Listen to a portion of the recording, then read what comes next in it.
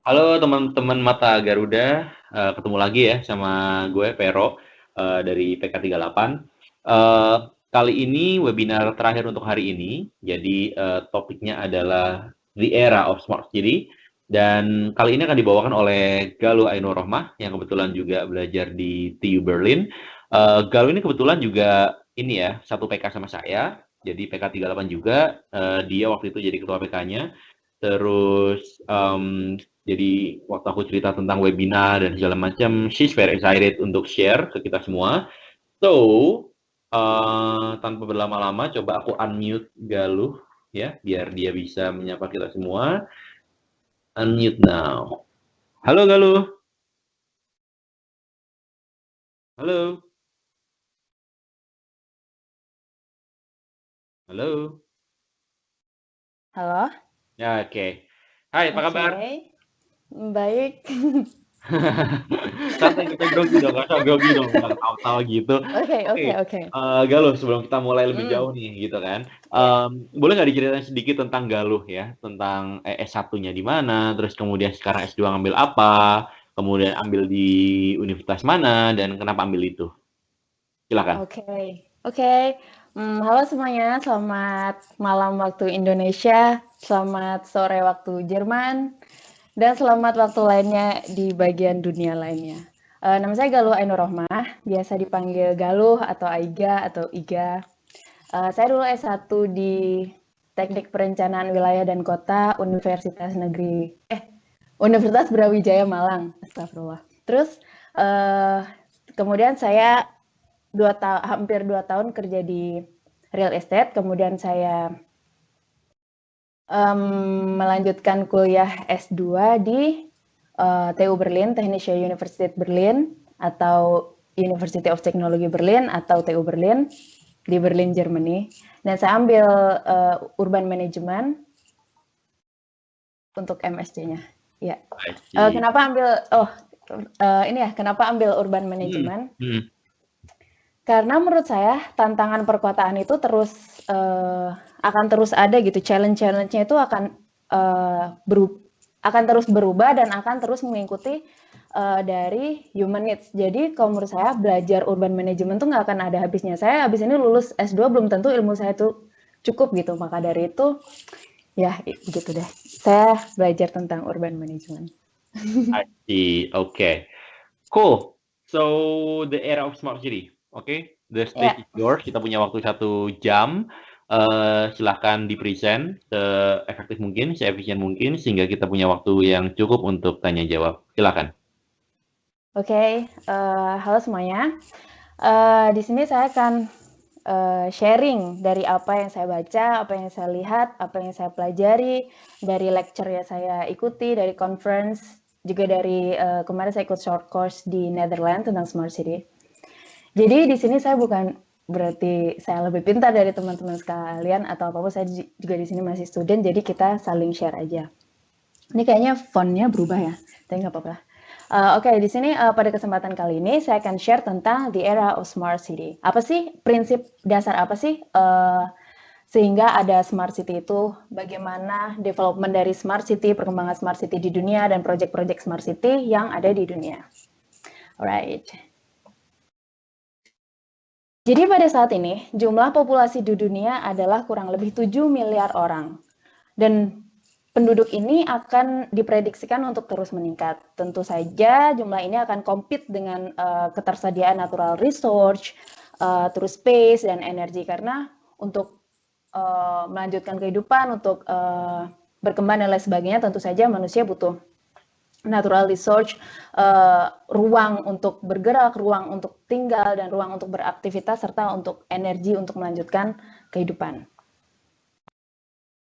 Dan apabila kondisi ini tidak ditangani dengan baik, apabila booming dari penduduk ini tidak di-manage dengan baik, dan untuk menyuplai semua demand yang dibutuhkan untuk semua populasi dunia, apabila prediksi ini tepat dan prediksi pertumbuhan penduduk itu tepat, maka untuk menangani atau untuk menyuplai dari demand penduduk di dunia 40 tahun mendatang, maka kita membutuhkan 3 bumi, which is it's so unlikely and This is a little bit impossible. Not a little bit, this is totally impossible. Lalu fenomena lain adalah urbanisasi. Ini adalah gambar kota-kota besar di mana mereka telah berubah secara drastis. Ini ada Singapura, ada Malaysia.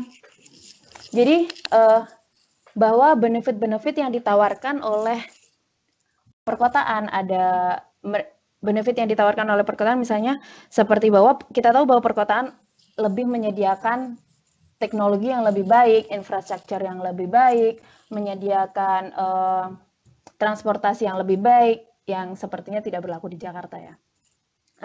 Tingkat kesehatan yang lebih baik, gaya hidup yang sepertinya lebih baik, dan pendidikan yang lebih baik dan lain sebagainya, maka hal ini menarik orang-orang yang ada di suburban ataupun yang ada di rural area, yang ada di pedesaan untuk semua pergi ke perkotaan. Ini adalah Jakarta zaman dulu dan zaman sekarang. Dengan kondisi tersebut, maka perkotaan juga struggling untuk menyuplai demand dari penduduk yang melakukan urbanisasi maupun penduduk yang memang sudah menetap di perkotaan.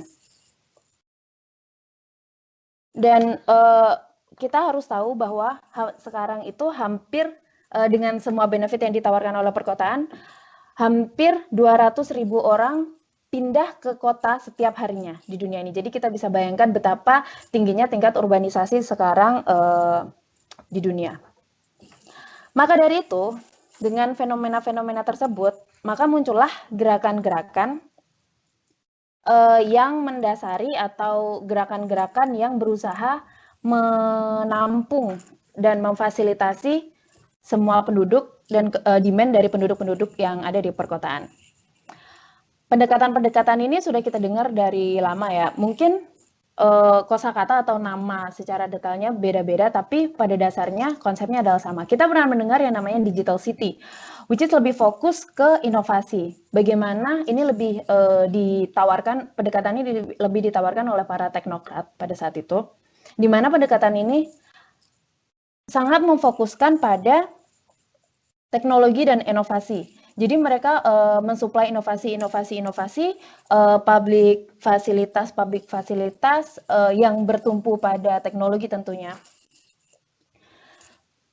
Lalu kemudian muncullah yang namanya intelligent city, di mana ini adalah perbaikan daripada digital city yang muncul sebelumnya. Intelligent city ini tentu saja masih menawarkan inovasi, tapi dia juga sudah mulai mengikut sertakan sisi social capital atau human di dalam proses tersebut. Jadi mereka tidak hanya menyediakan teknologi aja, tapi juga mereka memikirkan bagaimana mengintegrasikan penduduk, mengintegrasikan citizen di dalam proses tersebut. Itulah yang disebut dengan intelligent city. Lalu muncul yang namanya smart city atau yang dulu kita sebut dengan future city, which is yang kita sebut dengan future city saat ini, itu adalah kota saat ini. Maka orang-orang menyebut dengan smart city. Kenapa disebut dengan smart city? Mereka menganggap bahwa para pakar dan para stakeholder yang ada di smart city project menganggap bahwa smart city adalah smart way, how we have smart way to manage the city, how we can approach all of this challenge with smart way. Maka disebut dengan smart city.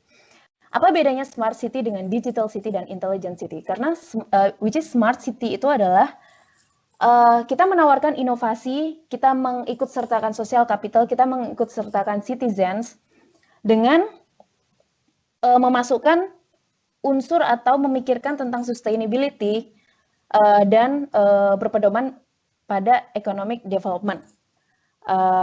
Jadi intinya gini, jadi mereka tetap menggencarkan atau memproduksi inovasi untuk urban. Mereka memikirkan tentang sosial kapital dan mempertimbangkan sustainability dan mendorong suatu kota tersebut untuk terus melakukan economy development. Nah, economy development ini dari semua sektor dan oleh seluruh stakeholder. Nanti ini memang masih agak abstrak, tapi nanti insya Allah akan lebih detail. Sebenarnya apa sih definisi literatur atau definisi asli dari smart city itu? Apabila kita baca dari banyak literatur, kita baca dari banyak buku atau banyak talk tentang smart city. Mereka hampir semuanya punya definisi yang berbeda terhadap smart city.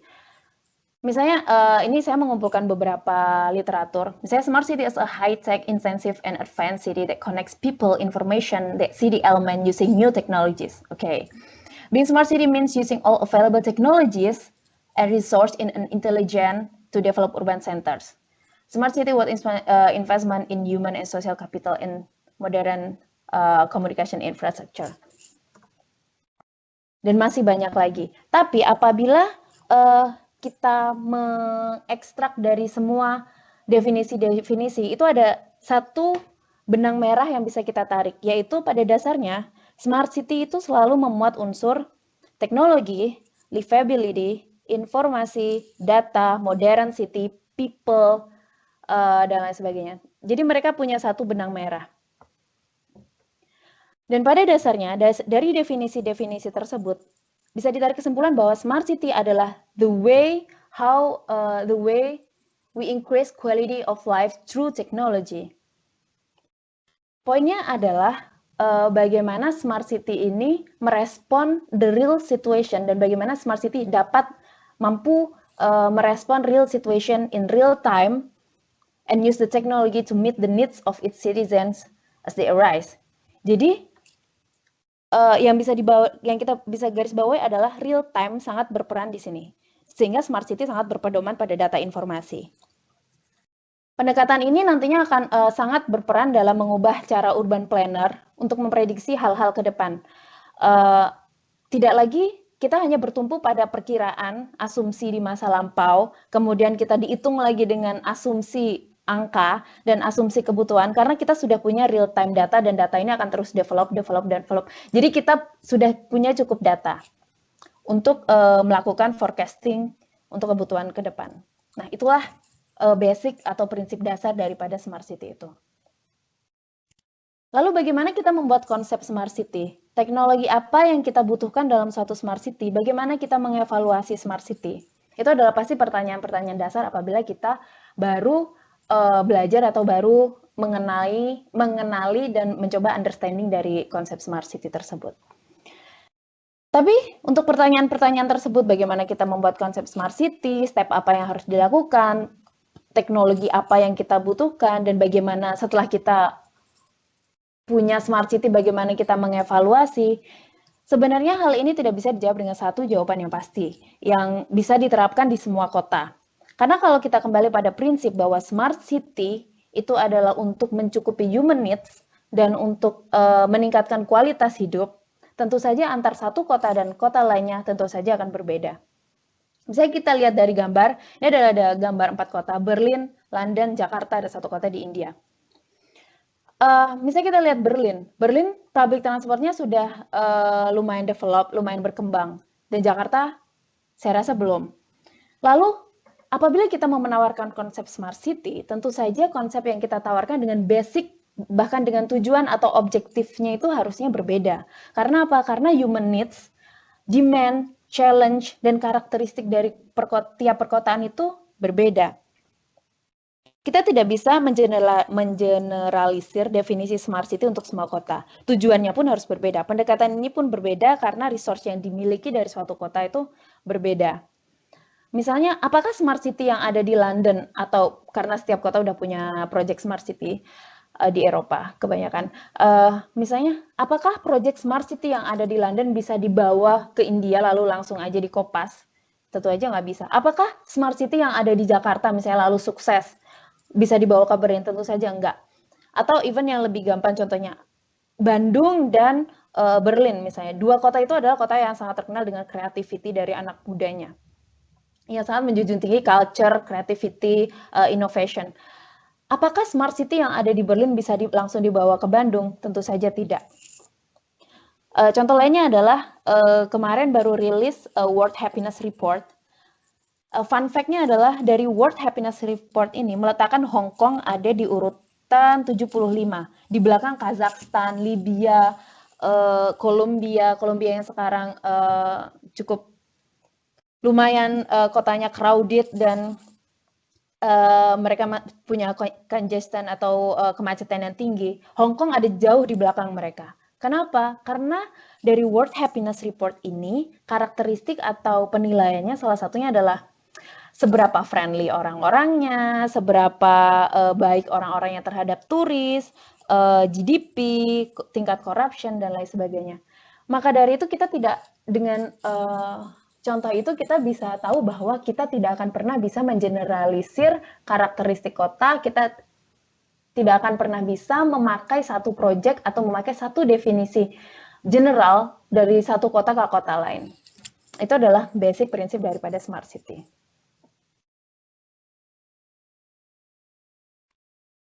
Lalu apabila kita berbicara tentang smart city, maka kita tidak akan lepas yang namanya dari teknologi. Tapi kita harus sadar bahwa apapun yang kita omongkan, apapun yang kita bicarakan tentang smart city dan bagaimana seberapa besar peran teknologi di dalam smart city tersebut, kita harus selalu memegang prinsip dan kita harus memegang teguh bahwa teknologi is enabler, not the goal. It's important to remember that designing a smart city is not only about designing technology that fits into it. Kita menciptakan suatu kota bukan untuk teknologi, bukan untuk bagaimana teknologi bisa, bagaimana kita beradaptasi terhadap new teknologi, tapi bagaimana teknologi bisa kita bawa ke kota kita dan beradaptasi dengan challenge yang ada di kota kita, bukan vice versa, bukan sebaliknya. The future of our city should be discussed based on human needs, on how we want to live, the goal we want to aim for, and not focus on what particular technology. Jadi kita harus kembali bahwa teknologi ini untuk apa? Untuk people. Jadi kita harus meletakkan people atau citizens atau society atau social capital, whatever we name it. Kita harus meletakkan itu di center dari seluruh project kita. Jadi kita tidak perlu berpedoman pada satu teknologi, misalnya sensor atau data informasi, lalu kita melupakan, ya udah kita sudah punya data informasi, kita sudah punya basic data. People can just enjoy it. People can just accept it now. That's now how smart city works. Karena apa? Karena in the end, we want to make cities through smart technology, not cities for smart technology. Ini adalah contoh-contoh smart city project yang ada di dunia. Mungkin tulisannya nggak begitu kelihatan ya di saya, nggak tahu di sana kelihatan apa nggak. Oke, saya akan jelaskan secara singkat. Misalnya San Diego, di sini ada San Diego, Vienna, Barcelona. Misalnya yang gambar pertama yang warna biru itu adalah San Diego Smart City Project. Fokus dari San Diego Smart City Project adalah mengkoneksikan antara mereka udah punya big data dengan challenge yang mereka hadapi. Di mana fokus mereka yang pertama adalah energy and water, smart grid, smart grid atau biasa disebut renewable energy, transportation, tapi transportation mereka fokus ke bicycle and walking, pejalan kaki, waste management, dan climate resiliency. Itu adalah fokus dari project-project di smart city mereka. Dari fokus-fokus tersebut atau dari prioritas-prioritas tersebut, mereka akan membreakdown lagi lebih kecil project-projectnya. Tapi tetap prioritas mereka adalah itu. Kemudian gambar di bawahnya adalah smart city di Barcelona. Fokus dari smart city di Barcelona adalah open information for transportasi. Jadi bagaimana orang-orang yang akan menggunakan public transportation, yang akan menggunakan sepeda, yang akan berjalan kaki itu bisa mendapatkan informasi real time seakurat mungkin dan secepat mungkin untuk memudahkan perjalanan mereka. Jadi fokusnya lebih ke pejalan kaki, pesepeda, dan public transportation. Dan lebih ke ICT atau informasi atau data informasi. Sebenarnya ICT dalam data informasi itu maksudnya gimana sih? Misalnya, sepertinya program-program kayak gini belum terlalu ada ya di Indonesia. Mungkin di KRL udah ada, tapi untuk public transportnya belum ada. Misalnya saya misalnya dari Mangga Besar, dari Jakarta mau ke Bandung misalnya. Lalu saya tinggal aja buka aplikasi dari kota, aplikasi yang tentang public transport, ketik dari Bandung ke Jakarta, itu udah ada langsung mau naik apa, rute terbaik itu apa. Dia semacam Google Map, tapi lebih terintegrasi dia mengintegrasikan satu public transport dengan public transport lainnya. Itu adalah contoh kecil dari open data for transportation. Fokus dari Barcelona lainnya adalah smart waste management, di mana hampir semua trash can mereka ini masih rencana, tapi beberapa di titik udah dilakukan. Mereka memasang sensor-sensor di trash can mereka, di tempat sampah mereka. Terus smart mobility and innovation in urban solution. Innovation in urban solution ini maksudnya adalah Barcelona membuat urban lab di kota mereka yang mengencourage atau mendorong untuk urban inovator ini untuk menciptakan produk-produk dari produk-produk yang akan mempermudah atau memanage perkotaan. Ini adalah yang di atas lagi, Technologies for Smart City. Ini adalah proyeknya dari Vienna.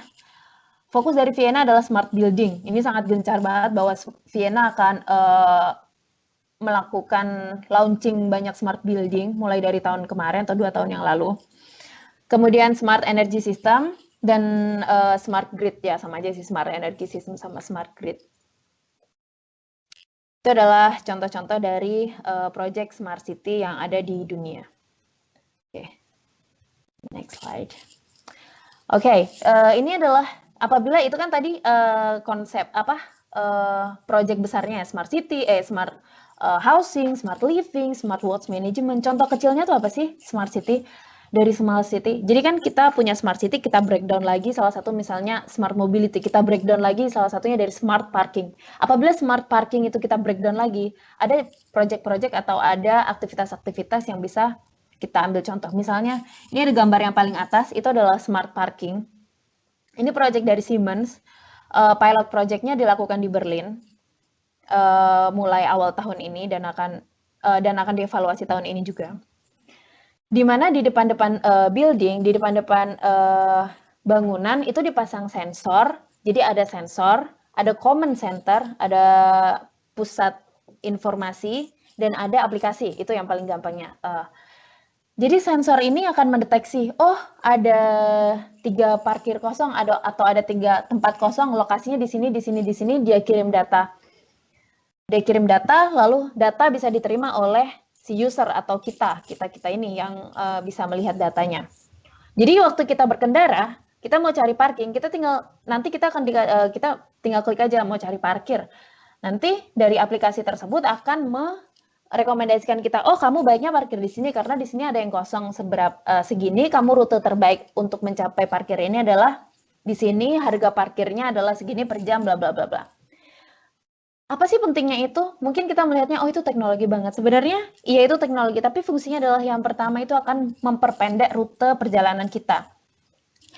Di mana, dengan memperpendek rute perjalanan, kita akan memperpendek resiko kemacetan. Yang kedua, kita akan mengurangi energi waste. Yang ketiga, ya kita bisa lebih mengefisiensi bahan bakar, kita bisa mengefisiensi energi, dan cost dari travel kita. Contoh kedua adalah yang kanan yang ada tulisan carriers. Itu adalah smart waste management. Jadi di bawahnya ini ada contohnya. Yang di bawahnya contohnya yang tempat sampah warna biru sama abu-abu itu kalau nggak salah di Korea. Setahu saya di Korea. Jadi sistemnya adalah di tempat sampahnya dipasangin sensor. Kemudian apabila trash can-nya udah penuh atau udah mau mencapai limit, sensor itu akan mengirimkan data ke misalnya ke dinas kebersihan gitu, ke dinas kebersihan. Sehingga si dinas kebersihan tahu, bisa mengevaluasi dari data tersebut. Oh, di neighborhood ini trash can-nya lebih cepat penuh daripada neighborhood yang lainnya. Berarti mereka butuh kapasitas trash can yang lebih banyak. Oh, di neighborhood ini lebih cepat penuhnya. Maka rute si pengambil sampah lebih baik ke sini karena biar si trash can ini nggak keburu luber sampahnya, seperti itu. Lalu yang di kiri, yang di bawah, ini adalah smart house. Tapi kalau kita ngomongin smart house, ini akan bisa jadi satu webinar sendiri ya. Pada intinya, smart house itu contohnya adalah kita masuk rumah, si smart security akan bisa, ini adalah versi lengkapnya. Smart security akan mendeteksi wajah kita. Oh, ini bukan orang rumah, jadi bel akan langsung dipencet. Bel akan langsung dipencet karena mereka tahu, si sensornya tahu bahwa kita bukan si pemilik rumah. Kita masuk rumah, lampu nyala. Tapi lampu akan nyala apabila si sensornya merasa bahwa tidak ada natural light yang cukup untuk menerangi si rumah itu. Tapi lampu itu juga akan nyala, seberapa terangnya juga akan berdasarkan dari natural light atau istilahnya kegelapan yang ada di rumah itu. Kemudian kita masuk lagi, kita nyalain TV, kita tinggal si sensor di dindingnya tahu bahwa kita udah nggak ada di depan TV, TV akan mati sendiri. Kita keluar rumah, kita bisa tahu kita punya remote. Oh, tanaman kita perlu disiram berapa lama lagi, dia tingkat kekeringannya berapa, tingkat si kebutuhan airnya berapa banyak. Terus kita bisa kontrol misalnya apalagi ya dari jauh, kayak makanan-makanan yang ada di fridge yang ini akan basi berapa lama lagi, yang ini akan basi berapa lama lagi, itu kita bisa kontrol semuanya. Itu adalah smart house. Itu hanya salah satu contoh kecilnya, padahal masih banyak lagi contoh yang bisa diterapkan di smart house. Kita pasti berpikir ya, smart house ini masih future banget. Sama sekali enggak. Saya di sini datang banyak sekali conference tentang smart city dan banyak sekali private company atau big company yang udah mulai marketing dan berjualan dari smart city, dan banyak sekali akademisi urban inovator yang udah mulai juga menawarkan proyeknya tentang smart city. Jadi smart city ini bukan lagi akan ada di sangat jauh di masa depan. Gitu. So just brace yourself. Nah, kemudian ini adalah konsep dari smart city. Bagaimana sih sebenarnya smart city itu bekerja? Konsep dasarnya itu, ini saya sintesis dari EU, dari program Smart City EU.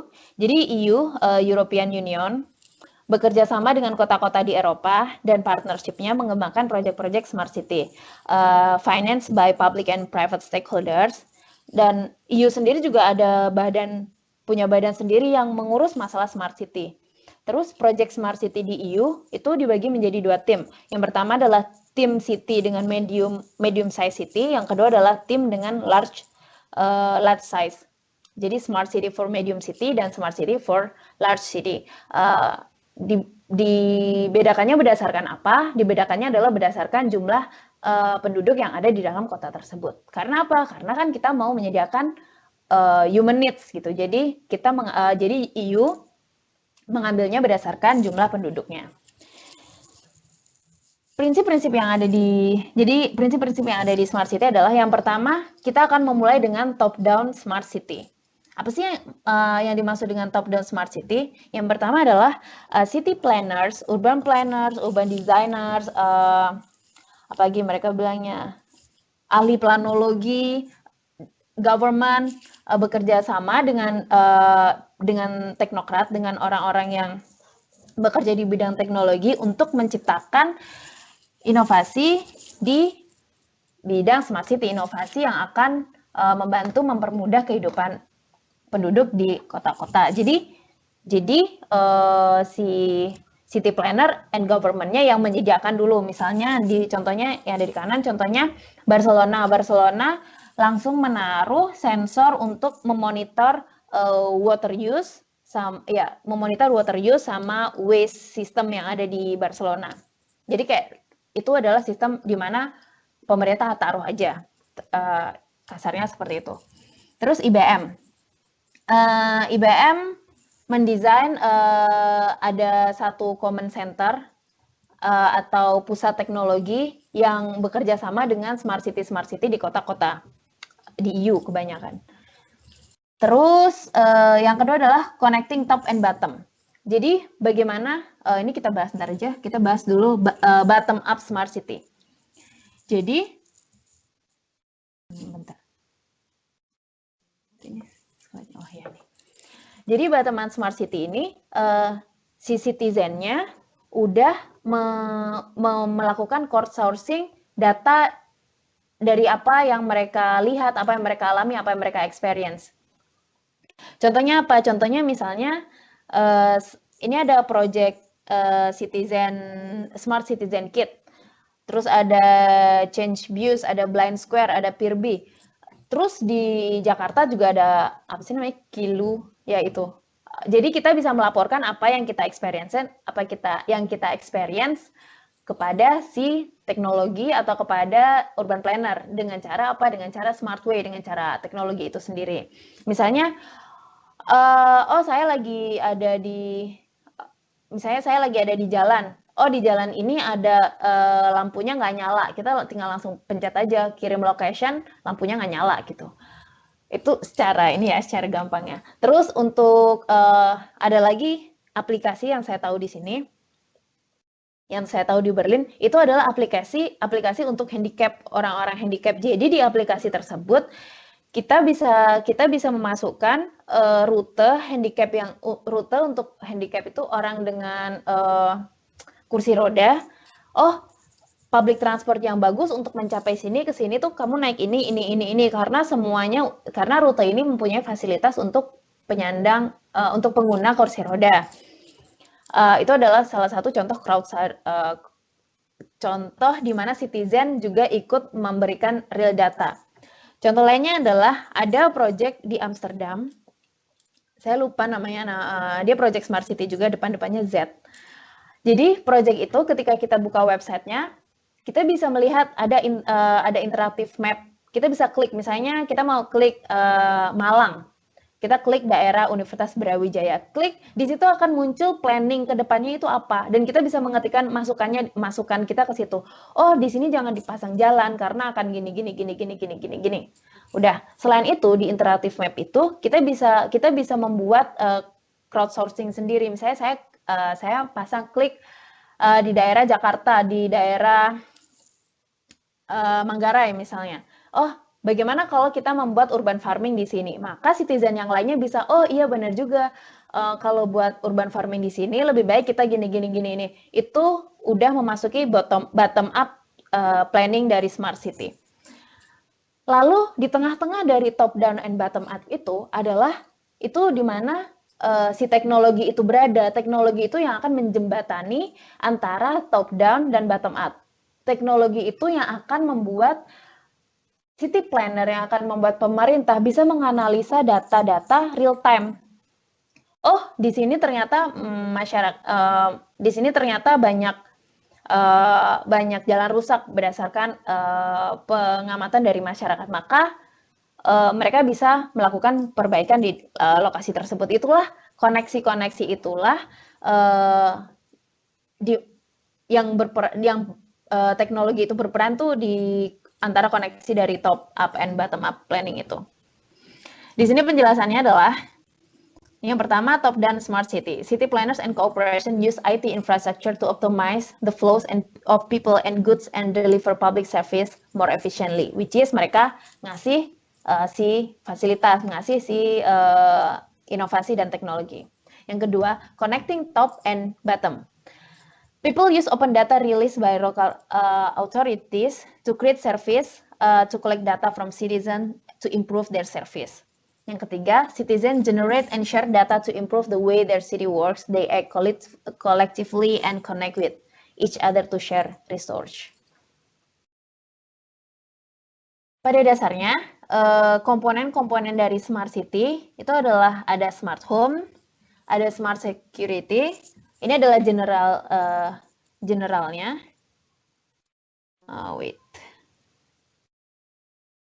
Lupa geser. Komponen-komponen dari smart city ada smart homes, smart security, smart buildings, smart healthcare, smart governance, smart transportation, smart infrastructure, and smart energy, and of course smart people. Ini adalah sebenarnya ada banyak kata-kata ada banyak perbedaan lah, tapi intinya komponennya sih sebenarnya ini. Smart home misalnya ada lagi yang bilang itu smart living, smart energy ada yang bilang itu smart grid, smart transportation ada yang bilang itu smart mobility, tapi pada dasarnya adalah komponennya adalah ini. Kemudian, oke. Ini adalah indikator yang bisa diterapkan dalam proyek-proyek smart city. Misalnya, kita mau meningkatkan smart people, atau kita mau melakukan proyek smart people. Kemudian, maka indikator yang bisa kita pakai adalah bagaimana kita bisa embrace creativity, inclusive society, and education. Ini contohnya aja ya, misalnya Berlin. Untuk mengembrace smart people ini di dalam atau mengintegrasikan smart people di dalam smart teknologi dan smart city, pemerintah Berlin melakukan ada yang namanya yang sekarang masih menjadi airport, namanya Tegel Airport. Pada nantinya, pada future, which is, tapi sekarang udah mulai step-stepnya udah kelihatan. Di airport ini akan diganti dengan yang namanya Urban Innovation Republic. Jadi di airport ini yang sekarang menjadi airport, di Urban Innovation Republic ini akan ada banyak sekali inkubasi smart project and urban innovation-nya yang di dalamnya dilakukan oleh entrepreneurship, local entrepreneur maupun private company ya. Lalu dari private company, dari student, dari profesor, dari government, dari city planner itu akan berkolaborasi di situ. Di mana itu akan mengencourage dan akan mengembrace dari creativity dari masyarakatnya sendiri. Inclusive society. Udah tidak ada lagi yang namanya yang kita membicarakan isu ras dan lain sebagainya. Kita semua adalah citizen, kita semua adalah citizen dari suatu kota. Nggak peduli kamu agamanya apa, nggak peduli kamu rasnya apa, kamu membutuhkan basic needs yang sama. Kita bekerja sama semuanya.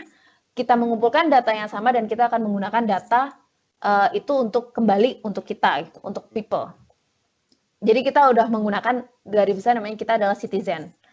Tidak ada yang namanya tidak ada memarginalkan kaum-kaum atau golongan-golongan di dalam suatu planning itu udah, kalau menurut saya itu udah so old. Lalu misalnya kita ambil contoh yang lain. Smart mobility, mixed modal access, integrated ICT. Integrated ICT itu yang tadi saya kasih contoh, misalnya muncul open data dan memudahkan dan kemudahan akses informasi untuk melihat real time data dari public transport atau fasilitas transportasi yang akan kita gunakan. Dan lain sebagainya. Ada smart economy, di mana smart economy ini mendorong entrepreneurship dan innovation, mendorong productivity, mendorong local and global. Jadi yang saya lihat di kota-kota di Eropa, karena di sini kita sharing ya, yang saya lihat dari kota-kota di Eropa, bagaimana smart city itu tidak cuma ada di tangan pemerintah dan tidak cuma ada di tangan kalangan atas, elit atas, nggak cuma di kalangan pemerintah, nggak cuma di kalangan urban planning, tapi bahkan semua anak mudanya, bahkan semua kaum entrepreneur lokalnya itu menyadari, oh kalau kita mau membuat smart city, berarti opportunity yang kita bisa ambil, kita bisa jadi entrepreneur, kita bisa bikin urban inovasi ini, kita bisa bikin ini, kita bisa bikin ini. Itulah salah satu tujuan dari smart city sebenarnya.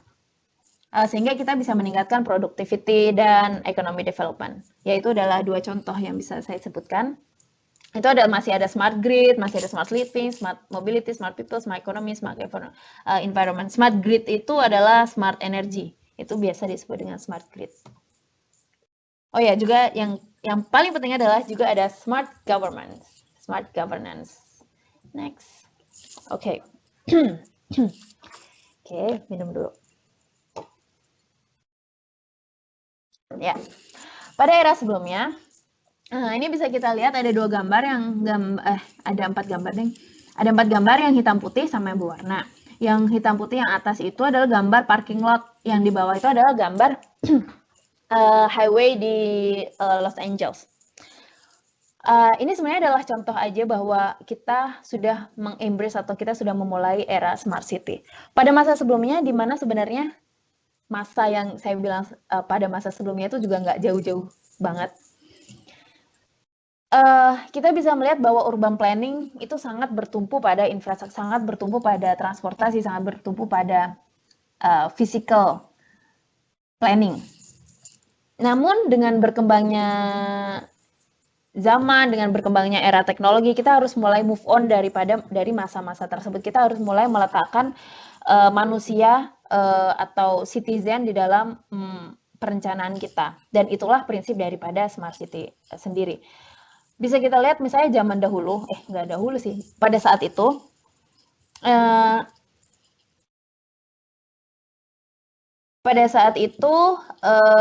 ada untuk membangun highway, contohnya di LA, di Los Angeles yang di bawah ini, untuk membangun jalan raya yang ada di Los Angeles yang dibangun 4 level interchange, ini dengan mereka membangun si 4 level interchange dengan menghancurkan 4.000 rumah dan apartemen pada masa itu. Dan sejak saat itu data menunjukkan bahwa tingkat penggunaan kendaraan dan tingkat kepemilikan mobil itu meningkat tajam pada saat itu. Dan kebutuhan untuk parking lot itu sangat tinggi sehingga perlu mengubah land use yang harusnya housing, yang harusnya perumahan menjadi parking lot. Sebenarnya itu sangat miris ya, mendapati bahwa kita yang harus beradaptasi terhadap infrastruktur, kita harus beradaptasi terhadap transportasi, terhadap private vehicle. Nah, itulah yang harus kita avoid, harus kita tinggalkan, bahwa kita tidak boleh beradaptasi kita tidak boleh mengikuti jalannya teknologi, tapi teknologi yang harus beradaptasi dengan kebutuhan kita. Lalu yang kedua adalah gambar electric car, di mana electric car ini udah sangat bisa dilihat di mana aja di Berlin. Misalnya ini adalah gambar electrical di Berlin. Electrical masuk dalam program Smart Mobility Berlin yang ada di bawah payung Smart City. Electric car tidak hanya bertumpu pada teknologi, tapi prinsip bahwa electric cars akan membantu program zero energy, mengurangi konsumsi bahan bakar, terus memboost ekonomi development, dan tidak hanya itu, tapi electric cars juga mengurangi kepemilikan kendaraan pribadi dengan sistem car sharing. Contoh-contoh seperti itulah yang harus kita pikirkan, bahwa bagaimana teknologi itu tetap bisa bagaimana kita tetap bisa mengintegrasikan people dengan teknologi. Yang di bawah adalah tentang autonomous car, which is like the hype issues of smart mobility. 10 tahun mendatang, kita akan banyak sekali melihat autonomous car yang ada di jalanan yang ada di Eropa maupun Amerika atau di developed countries. Jadi kita harus mulai bersiap-siap terhadap era yang baru, yaitu era of smart city. Dan ini adalah stakeholders dari smart city sendiri, di mana ada direct stakeholders and indirect stakeholders. Direct stakeholders ini adalah bagaimana kita meletakkan city sebagai customers. Berarti si stakeholdernya adalah citizen, city authorities, government, infrastructure and service delivery, dan local enterprise. Sedangkan indirect stakeholders ini adalah pada intinya adalah teknologi provider, gitu. Terus stepnya adalah kita enabling technologies untuk memboost bisnis, untuk meningkatkan value dari perkotaan. Dengan kita meningkatkan value dari perkotaan, kita juga harus meningkatkan dari city service, dan pada akhirnya kita akan kita akan meraih yang namanya smart city goals. Untuk apa? Untuk economic development, untuk sustainability, dan untuk higher quality of life. Lalu ini adalah slide terakhir sebenarnya. Oke, challenge apa sih yang kita hadapi? Yang pertama adalah data availability. Bagaimana kita mengambil atau kita mengekstrak data-data yang ada. Ya, sebenarnya data itu ada dimanapun ya sekarang, tapi bagaimana kita mengumpulkan data-data tersebut, bagaimana kita mengambil data-data tersebut untuk dianalisis, bagaimana dengan cara apa dan dengan teknologi apa, dengan inovasi apa kita bisa mendapatkan data-data tersebut. Yang kemudian, oke lah, kita udah dapat big datanya, kita udah dapat datanya, then what? kita udah mendapatkan, oh ada informasi keluhan di jalan ini terdapat lubang, di jalan ini ada kerusakan. Then what? Itu adalah salah satu challenge-nya.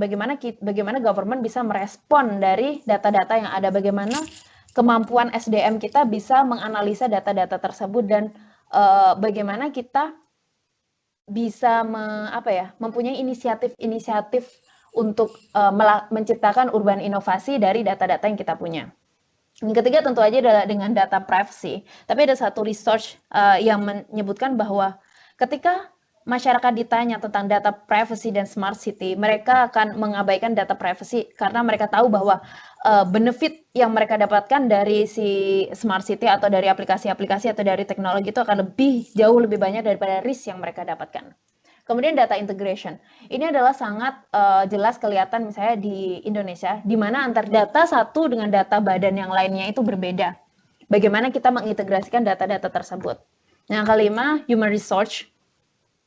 SDM, kita tahu sendiri bahwa ini merupakan challenge ketika teknologi udah berkembang, tapi SDM kita masih stuck. Ya, di situ ada isu yang harus kita tackle. Involvement of the stakeholders, bagaimana kita mengundang stakeholders untuk ikut serta dalam proyek-proyek kita, bagaimana kita istilahnya menjual smart city project kita terhadap stakeholders untuk finance misalnya, dan bagaimana kita mengintegrasikan masyarakat, bagaimana kita membuat masyarakat itu aware bahwa smart city, bahwa project ini adalah untuk mereka. Dan top down and bottom up planning, ini adalah nggak cuma top down, nggak cuma bottom up, ini adalah project dari keduanya, which is itu sangat sulit untuk dilakukan it's easy to talk about it, but it's hard to untuk mengaplikasikannya itu udah susah. Dan challenge-nya adalah apakah smart city yang ada di developed country dan ada di developing country akan bisa bekerja sama dan akan bisa saling bantu satu sama lain dan akan bisa sukses dalam waktu yang sama dan akan melakukan challenge dan challenge yang mereka hadapi akan sama. Itu masih menjadi perdebatan, itu masih kita dalami, itu masih menjadi isu saat ini. And in the end, what is a city but the people? Oke, terima kasih. Ya. Luar biasa, thank you Galuh untuk penjelasan yang cukup komplit, cukup panjang, cukup komprehensif. Nggak menunggu lama-lama, kita banyak sekali pertanyaan dari teman-teman. Udah antri nih, justru. Oke. Aku baca dari yang pertama dulu ya. Ini pertanyaan dari HM. Bisa HM. ikut baca nggak sih? Aku bacain aja ya. Ya udah. Oke. Pertanyaan pertama dari HM. Ini kelihatan singkatan nih. Kelihatannya anaknya yang punya rokok nih. Rokok apa Anda? Iya. Narang banget ya. Oke, kita sekarang dihadapkan dengan rentang kesejahteraan yang besar di kota maupun di perdesaan. Tentang yang besar ini merupakan suatu efek dari urbanisasi. Yang ingin saya tanyakan, siapa target dari smart city ini? Apakah penduduk dengan semua range atau semua rentang? Dan bagaimana cara mengakomodasi semua tingkat kesejahteraan tersebut? Jadi kelihatannya bagaimana smart city ini mengakomodasi orang-orang dari ekonomi yang mungkin privilege sampai ekonomi yang mungkin kurang beruntung gitu. Ya. Sebenarnya ini adalah salah satu isu juga dalam smart city, yaitu gap antara orang. Jadi ada banyak pihak mengatakan bahwa smart city ini akan menghancurkan demokrasi, smart city akan menghancurkan inklusivitas dari society. Karena apa? Karena ketika kita bertumpu pada smart city, maka kita akan bertumpu pada teknologi, which is nggak semua orang masih akan sadar atau masih aware terhadap teknologi. Nggak semua orang, pada gampangnya lah di Indonesia, nggak semua orang punya smartphone. Bagaimana kita mengakomodasi mereka semua? Itulah yang disebut dengan itulah gunanya bottom up planning, di mana kita citizen sendiri yang istilahnya yang aware bisa melakukan sesuatu untuk citizen yang masih kurang atau masih belum memiliki resource yang sama. Dan pada misalnya dengan apa? Dengan citizen bisa mengkolek data gitu. Itu cara gampangnya. Atau yang kedua, pada dasarnya smart city itu adalah tujuannya untuk mensejahterakan penduduk kota, inklusivitas kota, untuk mensejahterakan penduduk kota. Dan di sini tidak disebutkan bahwa penduduk kota yang memiliki akses terhadap teknologi, enggak. Tapi pada dasarnya infrastruktur yang ditawarkan ini kan kita semua maupun kaya maupun miskin infrastrukturnya tetap yang kita ambil ya sama, infrastrukturnya sama. Jadi pada dasarnya smart city itu tujuannya ya untuk kota, untuk penduduk kota, bukan untuk penduduk kota yang akses terhadap teknologinya ada dan yang enggak. Jadi ya pada dasarnya ini untuk whole regional gitu. Oke, semoga menjawab ya HM ya. Kalau misalnya belum mungkin bisa ditanyakan lagi, di reply saja di komen yang apa namanya dari komen yang HM post ya. Kedua dari Sabrina ini, kalau nggak salah dulu pernah ada penilaian Smart City di Indonesia yang laporannya dimasukkan secara berkala di Kompas. Apakah artinya Indonesia sudah ada yang melakukan Smart City dengan baik? Kemudian parameter Smart City itu apa? Ini menarik ya, karena kadang gini, kalau saya temui, kalau misalnya saya waktu dulu masih di posisi sales ya, saya kan sering ketemu sama government, kemudian ngobrol-ngobrol sedikit banyak gitu ya. Kadang mereka bilang bahwa, oh ini kota kita nih, atau distrik kita, atau misalnya provinsi kita ini udah punya website, udah punya ini, dan mereka menganggap bahwa punya website, punya ini tuh sudah dianggap Smart City. Saya pikir Nah, enggak gitu kan. Nah, jadi banyak ya. sekali orang cepat-cepat mengatakan bahwa, oh ini kita Smart City karena cuma punya A, B, C, D, E. Nah, tolong dong dijabarkan mungkin kali ya, indikator Smart City yang benar itu seperti apa? Oke, jadi untuk pertanyaan pertama, sebenarnya sejauh mana smart city di Indonesia? Ini kalau misalnya saya salah, mohon dikoreksi karena saya baru mendalami smart city atau baru tertarik dengan smart city ketika saya di Berlin. Dan saya belum pernah pulang ke Indonesia dari saat itu. Tapi dari yang saya baca, yang udah gencar melakukan smart city adalah Jakarta dan Surabaya, which is yang sekarang akan diikuti oleh kota-kota lainnya yang masih menginisiasi akan program smart city. Tapi yang saya tahu bahwa Jakarta udah punya tim sendiri untuk Jakarta Smart City. Sudah ada websitenya juga, udah ada aplikasi-aplikasi yang bisa ditawarkan, yang bisa membantu dari Smart City itu. Dan dia sudah ada control centernya juga, nggak? Udah ada. Timnya sih udah ada, maksudnya kayak apa? Badannya sendiri tuh udah ada, divisinya tuh udah ada. Cuma dari technical dari control command-nya sendiri aku belum tahu. Cuma dari badannya udah ada. Kemudian dari kalau Bandung sendiri nanti November kalau nggak salah, pokoknya tahun ini dia akan juga menjadi salah satu smart city project yang akan ditampilkan di USA. Itu Bandung. Cuma Bandung belum, setahu saya belum ada timnya, belum ada badan yang jelas yang mengatur dan memanage tentang smart city. Itu adalah development dari smart city di Indonesia. Dan setahu saya ini kayak masih dengar-dengar aja bahwa masih banyak government yang berpikir bahwa di Indonesia parameter dari smart city itu adalah seberapa banyak aplikasi yang kita siapkan, seberapa banyak aplikasi yang kita bisa produksi, seberapa banyak kita bisa hire vendor, lalu ya udah kita punya aplikasi then what? Itu tadi yang saya jelaskan bahwa kita punya data tapi kita nggak bisa apa-apa, udah punya data dan ya udah gitu aja, nggak ada sustainability-nya. Itu yang mungkin bisa saya lihat dari smart city di Indonesia. Yang kedua, yang ketiga, parameter smart city. Saya pernah nanya waktu itu di conference, karena kita smart city per kota itu fokusnya itu beda, lalu sebenarnya bagaimana kita menganggap, oh kamu udah smart, kota kamu tuh udah smart, and you are smarter than other city. Bagaimana kita bisa berkata seperti itu? Lalu para panelisnya waktu itu adalah Smart City Conference di Frankfurt, ya, dari European Union. Dia bilang bahwa kita tidak akan pernah bilang kita tidak akan pernah bisa bilang bahwa city kita itu sudah smart. Karena apa? Karena teknologi itu terus berputar, kita terus beradaptasi terhadap new teknologi, di challenge kita terus banyak, maka ya namanya kita sudah mencapai ke sana, kita sudah mencapai titik smart city itu tidak akan pernah ada, karena ya itu, kita akan terus beradaptasi teknologi, apalagi kita berurusan dengan teknologi, which is teknologi itu terus maju dan terus berkembang gitu. Itu. Tapi untuk parameternya apa? Parameternya yang pertama yang bisa sangat dilihat adalah quality of life. Dari kualitas hidup dari masyarakatnya. Bagaimana masyarakat aware terhadap proyek-proyek yang kita lakukan. Dan bagaimana pemerintah bisa melakukan efisiensi energi, karena yang membedakan smart city dengan approach yang lainnya adalah kita mempertimbangkan sisi sustainability, dan economic development. Jadi dari basic itu aja kita bisa lihat, oh kalau misalnya kita udah bisa meningkatkan kualitas hidup, kita bisa menyediakan infrastruktur yang efektif dan dan kita bisa memikirkan atau istilahnya memasukkan sisi sustainability terhadap planning kita, dan kita bisa memboost economic development dari project kita ya. Dari project kita ya, berarti at least we're close with that gitu. Tapi pada dasarnya kita tetap harus beradaptasi terhadap teknologi-teknologi dan terhadap inovasi-inovasi. Nggak akan pernah ada habisnya gitu. Itu. Oke, jawabannya cukup panjang ya. Semoga menjawab ya. Ini yang menanyakan tadi siapa? Sabrina ya. Berikutnya nih ada dari tanpa nama, sengaja nggak ngasih nama biar misterius kali ya.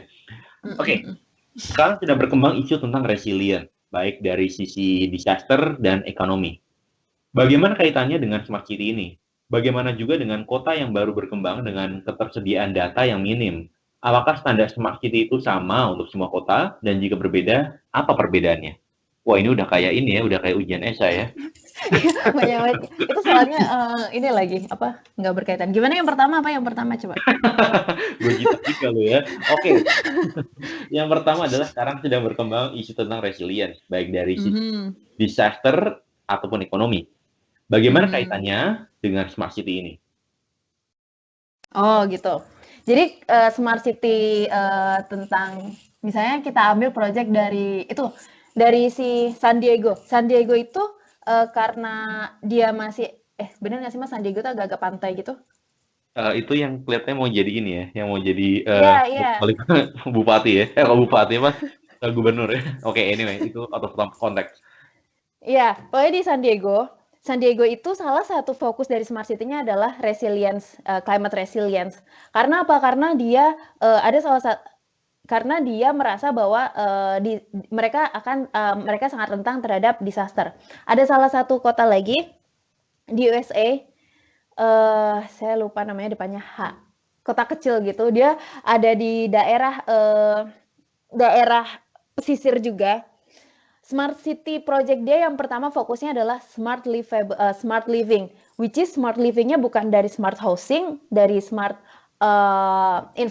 dari smart mobility, tapi smart livingnya adalah bagaimana mereka meletakkan sensor-sensor di daerah pantai. Jadi bagaimana mereka mendapatkan real time data dari pantai tersebut untuk melakukan preventing dari disaster. Itu adalah contoh-contoh bagaimana smart city mengakomodasi disaster management. Emang kalau kita ngomongin smart city bisa sangat teknikal gitu. Kemudian untuk economic resilience, pada dasarnya smart city sendiri tujuan akhirnya adalah memboosting economic development dari kota-kota yang ada gitu. Karena smart city itu prinsipnya tidak hanya bertumpu pada government, tidak hanya bertumpu pada private company yang besar, tapi kita juga bertumpu pada si urban inovator yang akan mengembrace creativity dari local citizen. Itu prinsip itu memang sangat penting, dan sepertinya prinsip-prinsip yang seperti itu, yang bahwa local citizen dan local entrepreneur itu, dan lokal urban innovator dan lokal student akademisi, pokoknya si penduduk itu, produk mereka itu belum terlalu di-appreciate oleh kalau misalnya kita ngomongin smart city project di developing country, karena smart city project di development country, mereka udah sangat mengembrace dan mengencourage dari semua stakeholder yang ada dari semua stakeholder di citizen mereka untuk bersama-sama melakukan si economic development. Jadi pada dasarnya, ya itu dia, si smart city ini tujuannya untuk itu, untuk mencegah dari si resilience, economic resilience itu. Gimana ya jelasnya gitu deh. Udah Mas. terus. Banyak ini. Pokoknya tujuannya dia ini, tujuannya si smart city itu adalah si economic development itu gitu. Oke, ini masih dari tanpa nama. Bagaimana dengan kota yang baru berkembang dengan kesediaan data yang minim? Apakah standar smart city itu sama untuk semua kota? Jadi kota yang baru masih minim, apakah standar untuk dikatakan sebagai smart city itu sama dengan kota-kota yang mungkin sudah berkembang? Enggak, karena aku udah jelasin tadi bahwa even kota yang berkembang 1 dan kota yang berkembang 2 tuh nggak bisa kita samakan. Misalnya kota yang berkembang 1 Barcelona dengan Vienna, dua-duanya itu adalah salah satu pionir dari smart city di EU. Itu nggak bisa kita samakan. Karena Barcelona karakteristik orang-orangnya beda, Vienna karakteristiknya lebih ke Germanized people, yang udah pasti berbeda banget, itu udah nggak bisa disamakan. Apalagi developing country dan kota-kota di develop country itu udah nggak bisa disamakan lagi. Ini lagi nyamakan dengan kota baru dan kota yang udah growth. Ada satu kota baru namanya Santander City. Kalau nggak salah dia ada di Spain. Kalau nggak salah. Dia bentar aku cek. Santander City. Oh, dia ada di Spain. Jadi Santander City ini adalah kota, dia sebenarnya nggak baru-baru banget, tapi akan baru dimulai untuk melakukan si Smart City Project. Ini adalah namanya eksperimen. Jadi kota ini dijadikan eksperimen untuk Smart City di Spanyol. Menurut mereka itu akan lebih baik karena mereka akan baru memulai step awal yang namanya menciptakan semua data, melakukan melakukan crowdsourcing data dan lain sebagainya. Karena apa? Karena data itu bisa kita mulai kapanpun gitu untuk mengambil si data itu.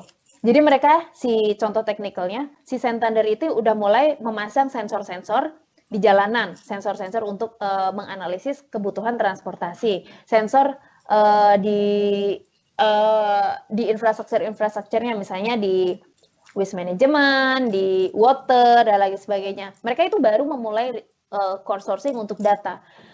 Dan semua orang positif gitu, semua stakeholder positif bahwa mereka juga akan pada saatnya akan mencapai yang namanya smart city karena ya namanya crowdsourcing data bisa dimulai kapanpun. Yang permasalahannya adalah setelah kita punya data tuh gimana kita menganalisanya gitu, bagaimana kita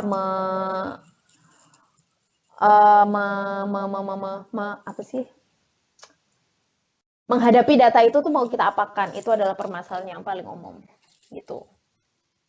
Maka dari itu kita juga butuh bantuan dari citizen juga untuk crowdsource data. Itu dia yang bahwa prinsip dari smart city itu bukan cuma top down tapi bottom up, bahwa nggak cuma dari pemerintah ke masyarakat, pemerintah cuma ngasih ke masyarakat, tapi juga masyarakat turut serta untuk memberikan data dan membantu pendataan untuk menciptakan teknologi yang lebih baik.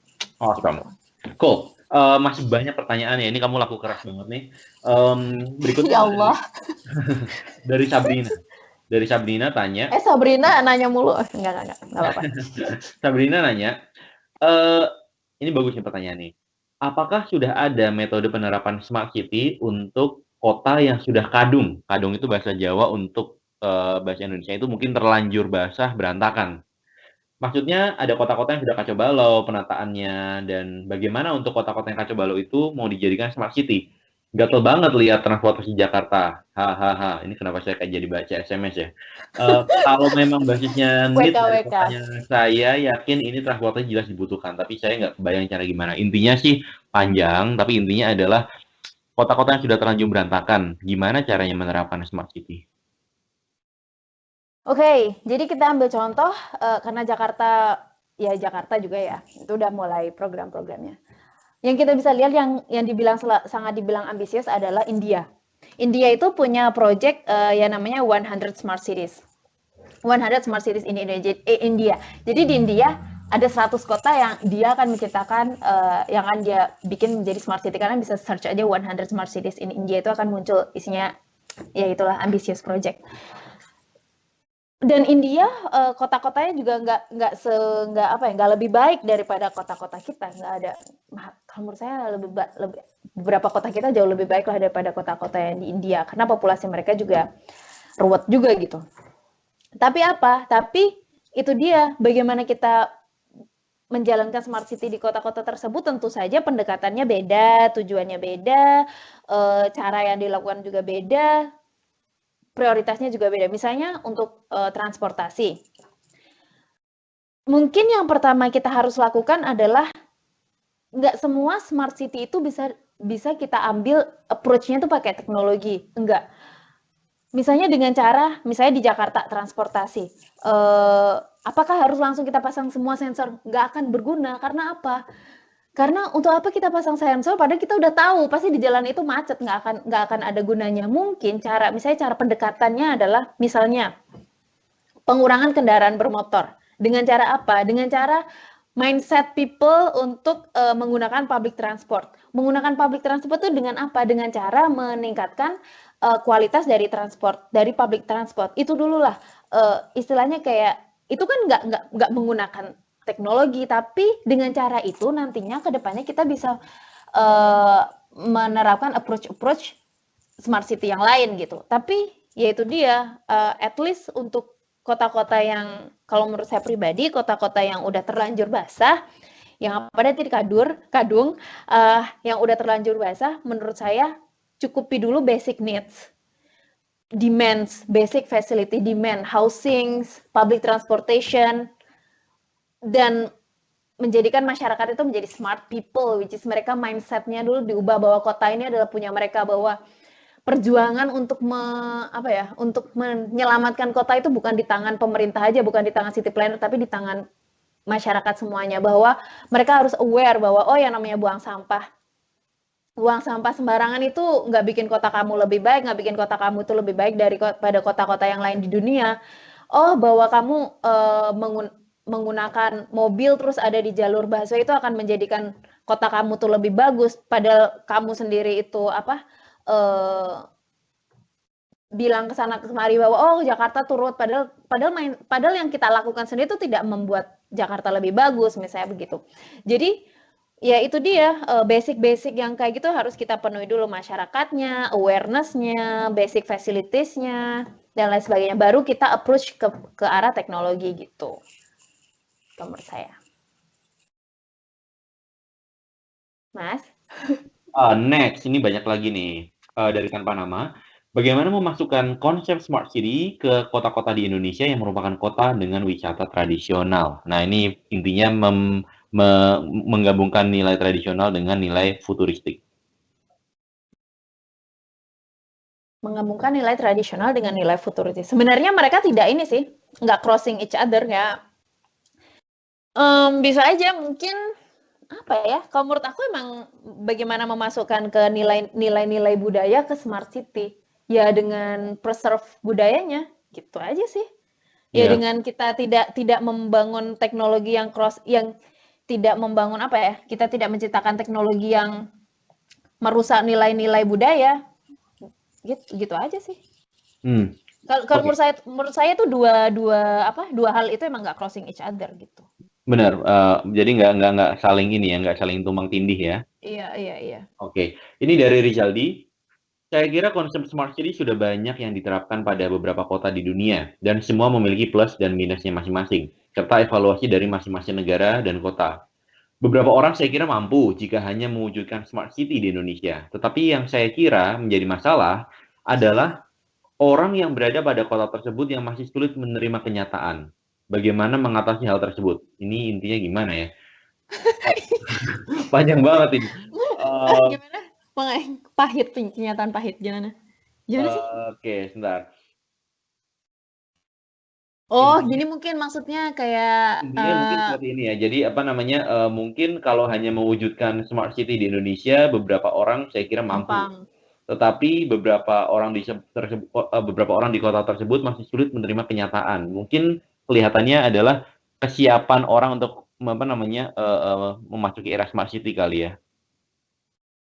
Iya. Tapi menurut aku yang disebut dengan beberapa orang menciptakan smart city gampang itu sama sekali enggak. Kalau misalnya menciptakan smart city itu gampang, develop country ini sekarang paling udah di kanan kiri itu udah isinya teknologi semua, tapi enggak kayak gitu. Challenge-nya itu banyak, challenge-nya itu banyak. Bagaimana kita mengolah data itu juga nggak semudah kita membalikan tangan. Bagaimana kita mengekstrak data itu juga kita nggak semudah itu. Bagaimana kita ya itu tadi ini juga menjawab pertanyaan kedua, bagaimana kalau masyarakatnya nggak siap? Itu sangat mungkin terjadi apalagi di Indonesia. Maka dari itu step pertama dulu. Jadi bagaimana kita memulai antar kota, bagaimana kita memulai step satu sama lain tuh beda. apa ya, kayak misalnya nih Berlin step pertamanya public transport udah rata semua, udah salah satu penyediaan public transport terbaik di dunia kan Berlin. Jadi step selanjutnya dia apa? Dia boost encourage local people untuk bantu dalam data misalnya kayak gitu. Nah, step pertama di Indonesia tuh udah bukan itu. Step pertama di Indonesia tuh bagaimana masyarakat tuh aware terhadap bahwa kotanya itu butuh bantuan kayak gitu. Jadi ya mau nggak mau emang awareness. Oke, gitu ya Mas Rizaldi ya. Mungkin kalau misalnya kurang jelas mungkin bisa ditanyakan, mungkin dipersingkat kali pertanyaannya. Jadi kita apa namanya Menerima kenyataan bagaimana mengatasi hal nggak lost in tersebut. translation. Selanjutnya dari Denny ini, saya tertarik dengan waste management. Menurut Mbak, selain metode sensor yang ada di Korea tersebut, apakah ada metode lain yang paling dalam tanda petik memungkinkan diterapkan di Indonesia saat ini dengan pertimbangan biaya, akses, waktu, dan lain-lain?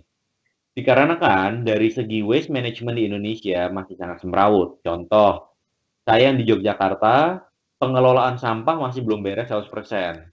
Di kampus saya saja sudah ada 3 jenis trash can, organik, plastik, dan lain-lain. Tapi si pembuang sampah sudah sadar dengan pemindahan tersebut, tetapi setelah diselidiki, pada saat dikumpulkan, ternyata semuanya digabung juga ujung-ujungnya, gitu kan. Jadi seperti nggak berguna gitu. Itu baru satu contoh, tapi itu apa namanya hanya satu contoh dari apa namanya iceberg yang lebih besar seperti itu. Jadi gimana menurut Galuh? Sebenarnya peletakan sensor itu bukan metode ya, itu kayak technical aja, cara salah satu apa project mereka gitu. Itu meletakkan sensor. Karena apa? Karena masyarakatnya udah aware, karena masyarakatnya udah sebenarnya susah gitu ngomongin smart city di Indonesia karena ya Allah gimana ya. It's more on the Masyarakatnya human tuh side ya. iya, masyarakatnya sendiri tuh masih belum memiliki sense of belonging dari city-nya. Kalau misalnya dari waste management, jadi kita harus benar-benar kembali bahwa smart city itu nggak cuma tentang teknologi. Teknologi itu cuma salah satu alat bantu dari smart city. Smart city itu adalah tujuannya itu adalah smart city, which is adalah yaitu tadi kualitas hidup, inklusivitas dari people, terus memikirkan sustainability dan ngeboost economic development. Caranya salah satunya adalah teknologi, salah satunya adalah teknologi dan inovasi. Tapi apabila kan tadi udah dibilang, apabila kota-kota itu berbeda satu sama lain. Misalnya kota di Indonesia. Kota di Indonesia masih susah sekali untuk mengamalkan cara-cara yang dilakukan di developed country, misalnya untuk sensor. Trash can aja masih apa ya, masih kurang gitu. Untuk apa dipasang sensor dulu, mending cukupi dulu trash can, cukupi dulu tempat sampah, bagusin dulu recycle-nya atau awareness dari people-nya tuh diperbagus dulu. Percuma kalau misalnya dikasih sensor, pasti orang bakal mikir, ah udah ada sensor, buang-buang aja lah, ntar juga mereka punya cara lain untuk ngatasin ini gitu. Pasti pemikirannya, pola pikirnya seperti itu. Jadi yang pertama ini berdasarkan opini aku aja. Jadi pertama yang harus kita lakukan untuk waste management di smart city adalah bagaimana kita menanamkan awareness terhadap people. Kayaknya 80% ini data kasar aja ya. Semua orang yang aku tahu di Berlin, mereka senakal-nakalnya mereka memisahkan sampah. Mereka tahu bahwa, oh karena apa? Karena mereka tahu bahwa, oh ini city aku, ini kota aku nggak suka Berlin tuh kotor. Misalnya kayak gitu. Sedangkan di Indonesia enggak. Gimana sih pemerintah kok kotanya kotor? Pasti dari statement-nya aja beda. Jadi yang pertama yaitu awareness. Awareness, mindset of people, bottom up. Itu yang pertama step-nya. Untuk di sektor apapun kalau menurut aku. Gitu. Oke. Ini Sabrina lagi nih. Ini hobi banget nih Sabrina nih. Oke. Sabrina japri aja gimana? Oke, Sabrina nih ya. Kayaknya sebagian besar tool smart city yang ada saat ini basisnya aplikasi smartphone ya. Berarti smart city ini nggak mungkin dilakukan ke kota yang sebagian besar penduduknya nggak punya smartphone. Atau adakah case lain yang tanpa smartphone? Dalam tanda petik nih. Dalam tanda kurung. Menyambung pertanyaan anonim tentang cara masukin smart city ke kota-kota dengan wisata tradisional.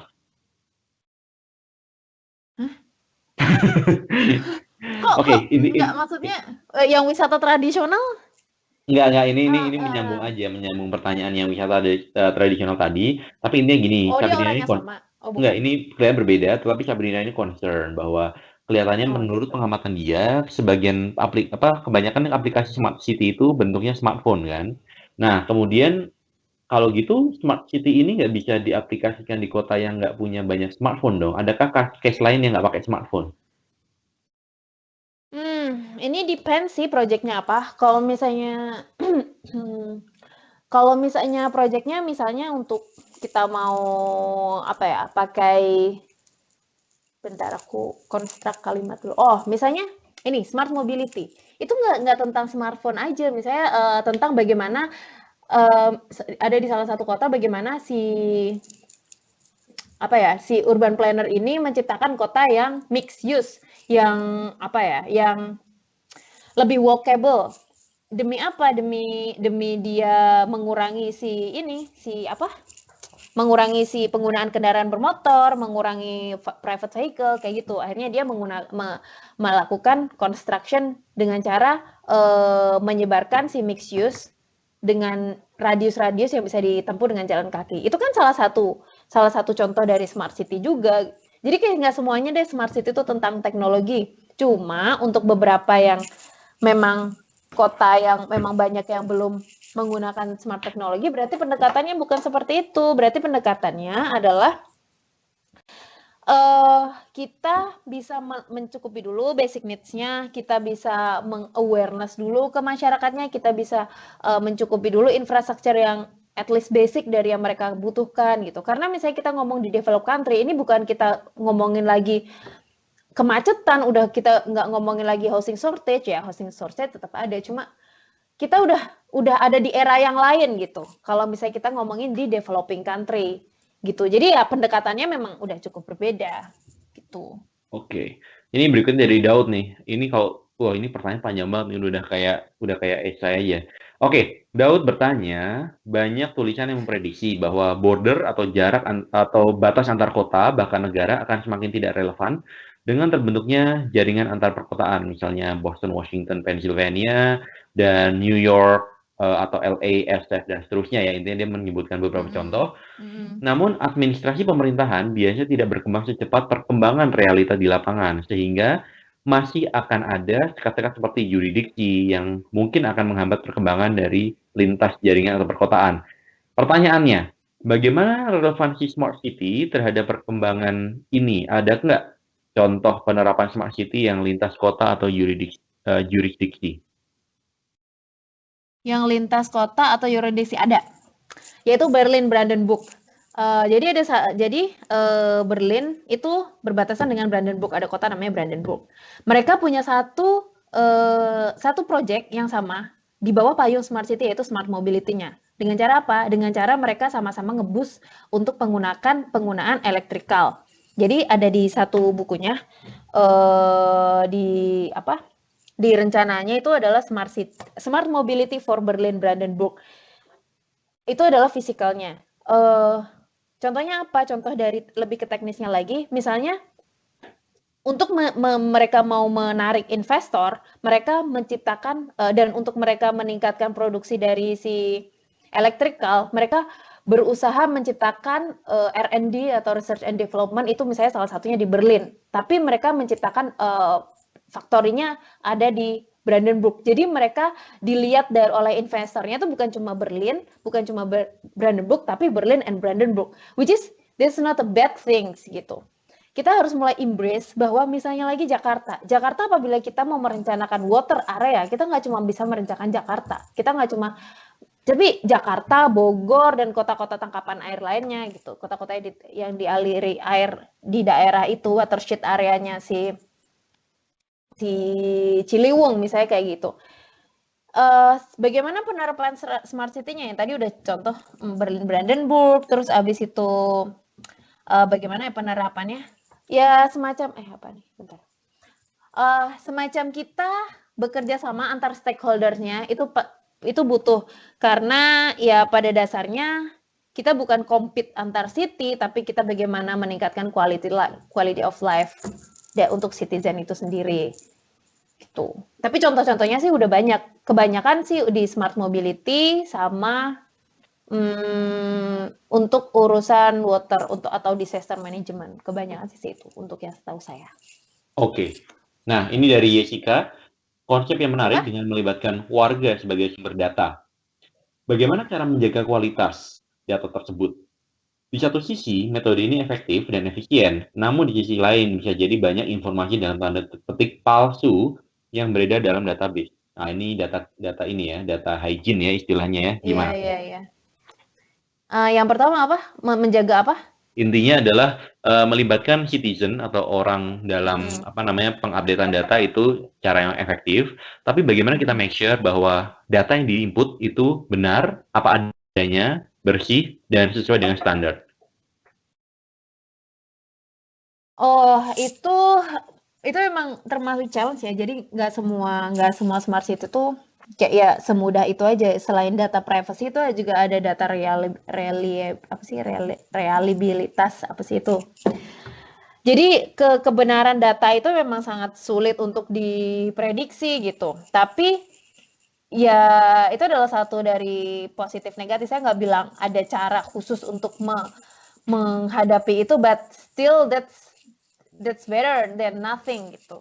Tapi tetap itu adalah salah satu risk dari smart city itu adalah itu. Cuma kan kalau data dari satu dua orang itu, jadi big data itu secara literatur, secara literalinya namanya big data which is really big. Kayak kalau data cuma dari satu dua orang itu akan mungkin berpengaruh terhadap datanya ya. Cuma ya nggak akan secara sesignifikan mempengaruhi itu gitu sih. Tapi tetap aja itu masih isu dalam smart city gitu.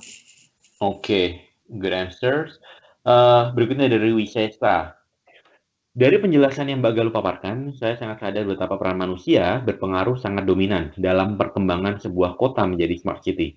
Dari pengalaman Mbak Galuh, bagaimana kira-kira mengembangkan mentalitas masyarakat dalam sebuah negara berkembang, dalam tanda kurung third world country ya, lebih spesifiknya, Mhm. untuk memungkinkan integrasi smart city dalam kota-kota besar. Oke, ini sebenarnya udah di bidang lain sih. Kayak bagaimana kita mengembangkan social capital dan dan awareness terhadap proyek-proyek pemerintah atau proyek terhadap urban planning gitu ya. Yang pertama adalah kita harus menyadarkan bahwa kota kita tuh sakit. Kota kita tuh butuh kita gitu. Dengan cara apa? Dengan cara ya pendekatan-pendekatan yang pertama regulasi. Misalnya kita contohnya adalah regulasi 3 in 1. Regulasi 3 in 1 digunakan untuk apa? Untuk masyarakat tuh sadar bahwa oh private vehicle itu ini loh melakukan suatu apa ya? Suatu kesalahan gitu. Enggak ini harus harus dilimit. Misalnya kayak gitu.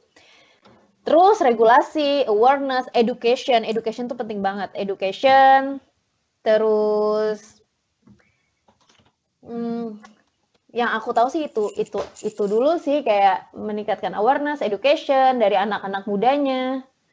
Terus media. Oh ya, yang paling penting adalah media. Bagaimana media kita itu apa ya? Wawasan yang dipaparkan di media kita itu apakah akan membantu dari kita untuk menyelamatkan city dan generasi kita gitu. Ya, banyak sih hal-hal yang kayak gitu, media cetak maupun elektronik, ya gitu deh, aku nggak begitu mempunyai kapabilitas untuk ngomongin masalah bagaimana mendevelop sosial struktur gitu. Tapi cuma yang ada di kalau aku sebagai anak muda, terus aku boleh ngomong apa yang harus diubah tuh yaitu media, education, awareness gitu sih. Dan dari Oke. diri kita sendiri. Hmm. Berikutnya dari Fitrah Darmawan. Ini banyak nih, Galuh laku banget ya. Fitrah Ya Allah, Darmawan. antara laku banget atau nggak jelas ya? Menurut Mbak Galuh, apakah Hmm. penerapan apakah penerapan smart city khususnya di Indonesia harusnya mengedukasi dulu atau oke, saya ulang. Menurut Mbak Galuh, penerapan smart city khususnya di Indonesia, apakah Mhm. seharusnya menerapkan smart city sambil mengedukasi sambil jalan, atau harusnya kita mengedukasi masyarakat dulu baru menerapkan smart city? Mengedukasi masyarakat dulu baru menerapkan smart city atau dua-duanya bareng? Atau iya bareng? Bisa bisa dua-duanya sebenarnya, maksudnya bukan bisa kita edukasi dulu. Sebenarnya edukasi itu bukan sesuatu yang literatur, kita datang ke sekolah-sekolah, kita, ngapain itu, enggak. Kita melakukan project, lalu mereka meningkatkan awareness mereka, lalu mereka tahu. Atau kita yang pertama kata aku adalah menyuplai demand mereka dulu, menyuplai demand mereka, mengubah mindset masyarakat, bisa sampai sekarang juga nggak tahu gimana caranya. Mengubah mindset masyarakat, mengubah political orang-orang yang ada di government dan politik itu menjadikan contoh, memberikan contoh yang baik terhadap masyarakatnya, itu dulu yang nomor satu. Yang kedua, kalau bicara dengan smart city, kita bandingkan sama people, mana yang harusnya adalah, for me people come first. Karena percuma aja kalau jalan bareng terus people-nya sama sekali nggak aware, buat apa? Ini jawaban personal aku ya. Buat apa? Karena ujung-ujungnya juga yang ngerasain itu people gitu. At least step pertama adalah awareness dari people. Oh, kota kita akan mau menuju yang lebih baik nih, kota kita akan ini nih. Misalnya di Berlin atau di Amsterdam. Di Amsterdam itu banyak banget, di Belanda juga di Utrecht. Itu banyak banget mereka anak-anak mudanya ngebagikan brosur-brosur atau buku-buku bahwa Utrecht mau dijadikan seperti ini loh, nanti masyarakatnya bisa bergabung dengan cara ini loh, masyarakatnya bisa berkolaborasi dengan cara ini loh. Mereka menaruh public space itu menjadi project-project mereka, biar apa? Biar awareness mereka tuh mulai meningkat gitu. Jadi kalau menurut aku, kalau personal, people come first. Oke. Berikutnya nih. Sebentar. Ini dia. Untuk dari indikator Boyd Cohen yang dijelaskan tadi, indikator mana saja yang menjadi base smart city dan jenjangnya bagaimana? Indikator mana yang bisa, ini masih bisa aku ubah-ubahkan ya. Bisa. Indikator mana yang bisa menjadi smart city? Menurut saya ini jalan berbarengan sih, tinggal tergantung project apa yang kita jalankan. Misalnya smart people ini adalah project tapi juga tujuan, sama kayak smart economy, itu juga project tapi juga tujuan. Jadi kalau menurut saya ini jalan berbarengan gitu. Oh, udah gitu aja. Iya. Saya kira Kalau menurut panjang. aku sih itu. Oke, nggak apa-apa sih kalau indikator apa yang paling penting kan? Indikator yang paling penting. Jenjang-jenjangnya bagaimana harusnya? Mana dulu, setelah itu apa? Tergantung project-project, tergantung fokus dan prioritas per kotanya. Memang nggak bisa digeneralisir ya, harus kita lihat ya kebutuhan dari kota tersebut gitu ya. Oke. Ini juga panjang. Sejauh yang saya tahu, Bandung, Jakarta, dan Surabaya sudah ada tim Smart City-nya. Perkembangannya sejauh ini sama banyak Bandung udah ada timnya ya? Nice. Oke, katanya sih begitu di sini. Perkembangannya sejauh ini sama baik banyak-banyaknya aplikasi tidak mengevaluasi penggunanya. Saya nggak tahu, ini kelihatan dia typo sedikit. Saya mengerjakan 5 kota untuk Smart City dengan menggunakan Bandung sebagai kota percontohan. Namun dia aja yang ngasih ini webinar. Ya, kelihatan dia ini menarik nih buat pembicara webinar berikutnya nih. Dia mengerjakan 5 Smart City dengan Bandung sebagai referensi, namun kelima kota tersebut tidak memperhatikan kebutuhan kotanya, namun persis menciplak Bandung. Ya, bagaimana kita harus menghadapi ini ya, di mana pemerintah hanya peduli terhadap persaingan antar kota. Wah, ini menarik nih. Ini isu yang sangat real. Gimana tuh? Bagaimana kita menghadapi hal ini? Intinya seperti ini. Intinya dia mengerjakan 5 Smart City, Bandung itu jadi referensinya dia. Terus masalahnya adalah 4 kota yang lain itu cuma, oh yaudah deh, ini Bandung saya copy aja mentah-mentah gitu ya. Seperti itu. Bagaimana kita menghadapinya? Dan bagaimana intinya, karena itu kan terjadi karena ego persaingan antar kota. Bagaimana kita menghadapinya? Itu dia ya masalah, beberapa lalu juga ada isu bahwa smart city itu cuma branding. Smart city cuma branding city aja gitu. Sebenarnya itu cuma urban planning biasa gitu. Bagaimana kita menghadapi city yang seperti itu? Itu permasalahan sangat, saya kira udah lama banget dari Indonesia pasti seperti itu. Yang saya juga dengar ya, jadi gosip. Saya juga dengar bahwa misalnya mereka itu ada salah satu proyek smart city di Indonesia. Mereka sewa vendor, menciptakan aplikasi udah selesai. Ya udah, jadi target mereka atau indikator mereka adalah aplikasi, seberapa banyak aplikasi yang mereka ciptakan. Which is so ridiculous. Bagaimana kita menghadapi hal ini? Ya, maka dari itu salah satu, tapi kalau udah yang government-nya udah seperti itu, yang ya what can we do gitu, apalagi kita citizen, what can we do?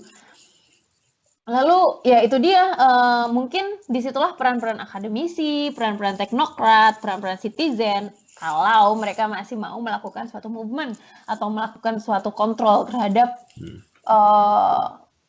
terhadap kebijakan-kebijakan, which is itu udah di luar batasan dari smart city.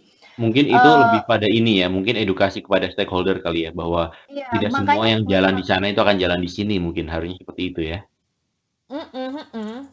Dan salah satunya juga ada yang namanya smart governance, di mana ya nggak cuma people doang yang harus pintar gitu, governance-nya juga harus ngerti, governance juga harus tahu bahwa kita bukan tinggal di era old school lagi yang semua orang bisa dibodohi, yang semua orang kita bisa kasih data mentah-mentah tapi kita nggak bisa analisis gitu.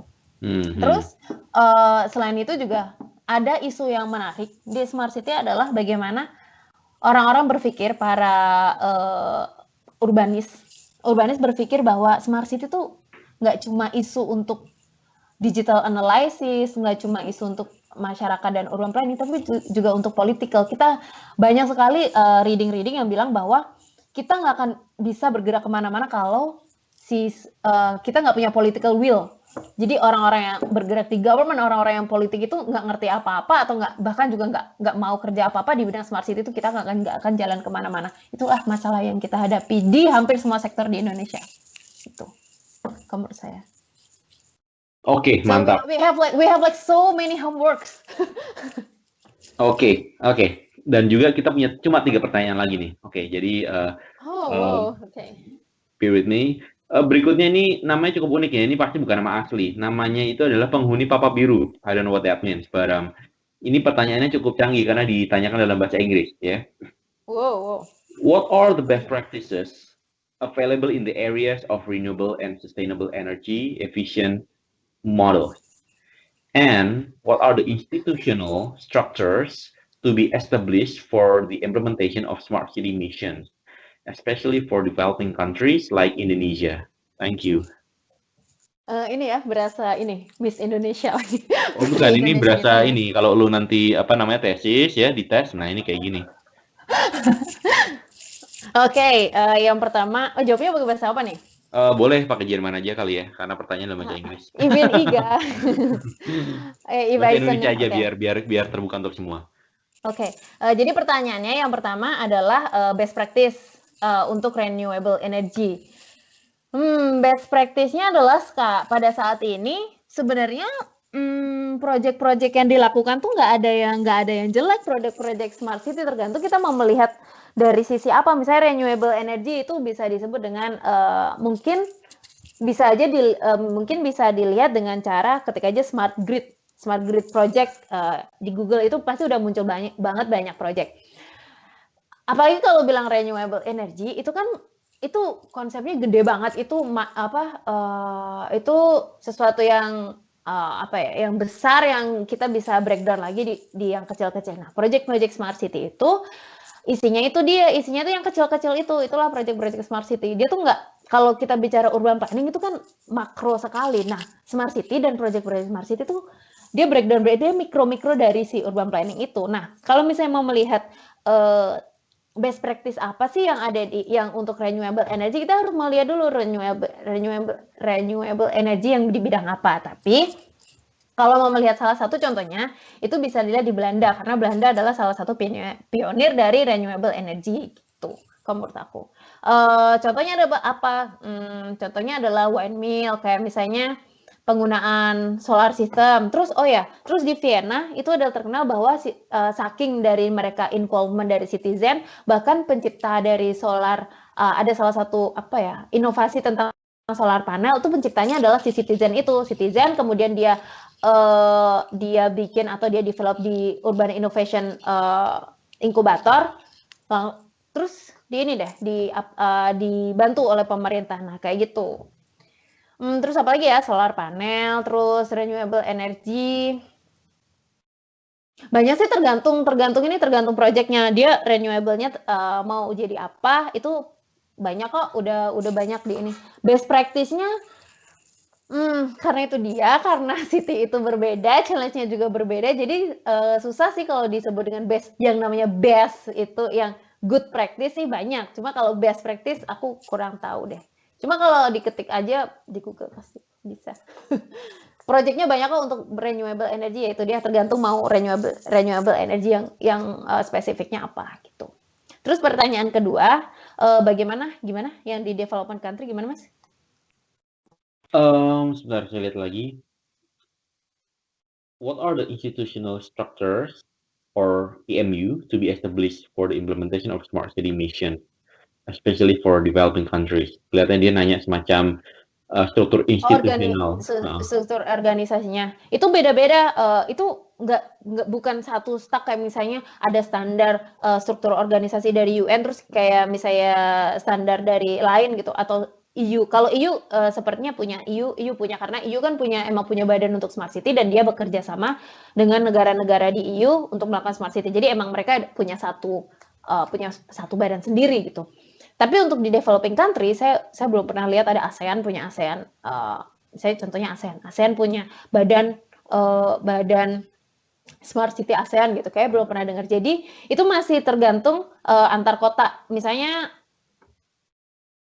Jakarta punya smart city. Badan smart city itu di bawah kementerian apa? Aku juga kurang tahu. Tapi yang jelas dia punya badan sendiri dan bekerja. Ya dia kayaknya sih independen. Tapi ada di badan pemerintah juga gitu. Cuma kalau di Bandung, aku belum tahu ya udah ada badan secara legislatifnya atau belum, aku kurang tahu. Cuma itu kalau di Indonesia itu beda-beda tiap kota, di India juga beda-beda tiap kota.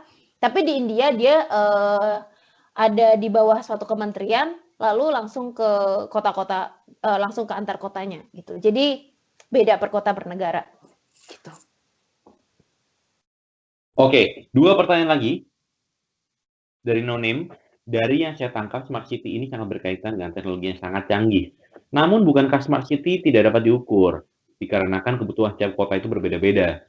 Jadi untuk sebuah konsep yang dapat dijadikan patokan untuk negara Indonesia, yang dimana peran budaya sangat kuat dan sangat berperan penting dalam pertumbuhan suatu kota, bisakah suatu kota disebut smart city ketika kebutuhan people sudah terpenuhi dengan bantuan budaya?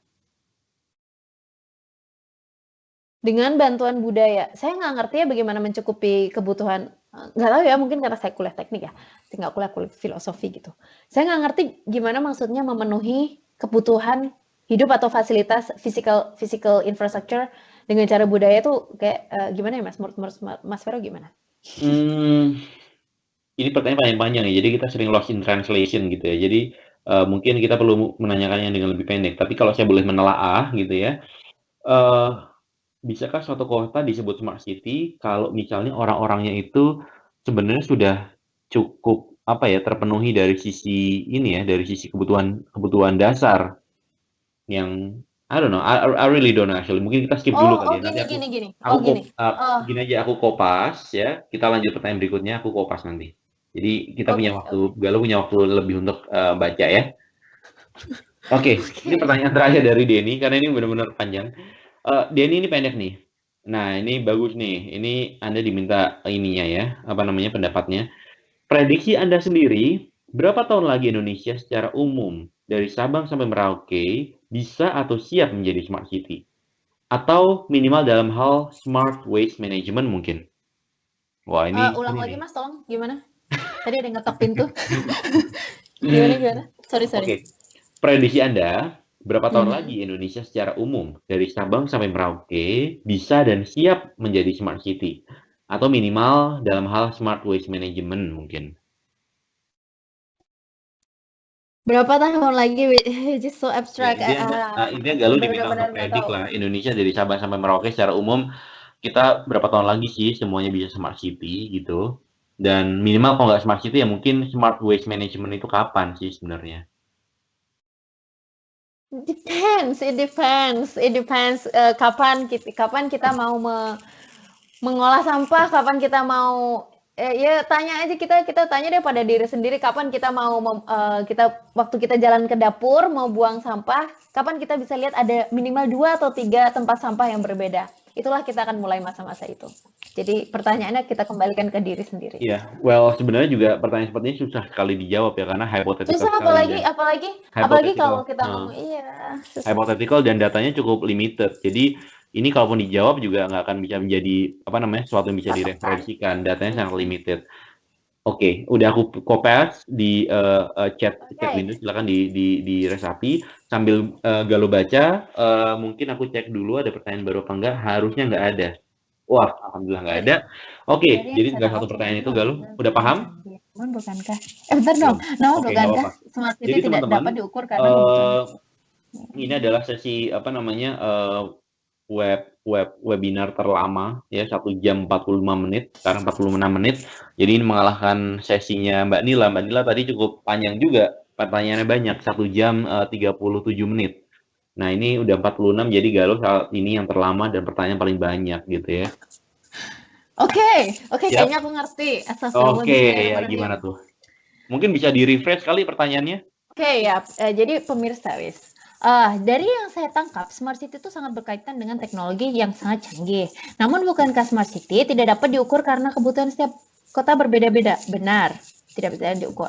Jadi untuk sebuah konsep yang dapat dijadikan patokan untuk negara Indonesia yang di mana peran budaya sangat kuat dan sangat berperan penting dalam pertumbuhan suatu kota, bisakah suatu kota disebut Smart City?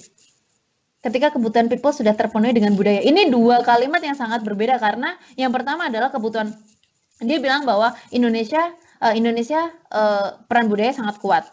Pertanyaan kedua adalah bisakah kota disebut smart city ketika kebutuhan people sudah terpenuhi dengan bantuan budaya? Which is di Indonesia kebutuhan sendiri itu belum terpenuhi. Dan kalau misalnya saya melihat dari kacamata teknik tentunya, budaya itu karakteristik manusia, budaya itu karakteristik kota, budaya itu adalah hal yang satu judul dari kota kita. Budaya itu adalah warna dari kota kita, bukan budaya itu menyediakan apa yang kita butuhkan. Gitu. Jadi bisakah suatu kota disebut smart city ketika kebutuhan people sudah terpenuhi? Misalnya nggak dia tambahkan dengan bantuan budaya. Misalnya pertanyaannya itu ya. Bisakah suatu kota disebut smart city ketika kebutuhan people sudah terpenuhi? Bisa aja, tapi kapan kita benar-benar ada di posisi bahwa kebutuhan kota itu akan terpenuhi.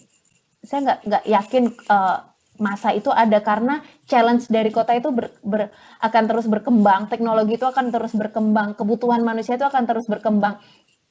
Misalnya 10 tahun yang lalu kebutuhan kita adalah mobil, 10 tahun mendatang bukan mobil lagi kebutuhan kita, karena bisa dilihat dari data bahwa masyarakat atau anak muda sekarang yang punya driver license di developed country itu jauh lebih rendah daripada yang dulu karena mereka lebih nyaman menggunakan public transportation.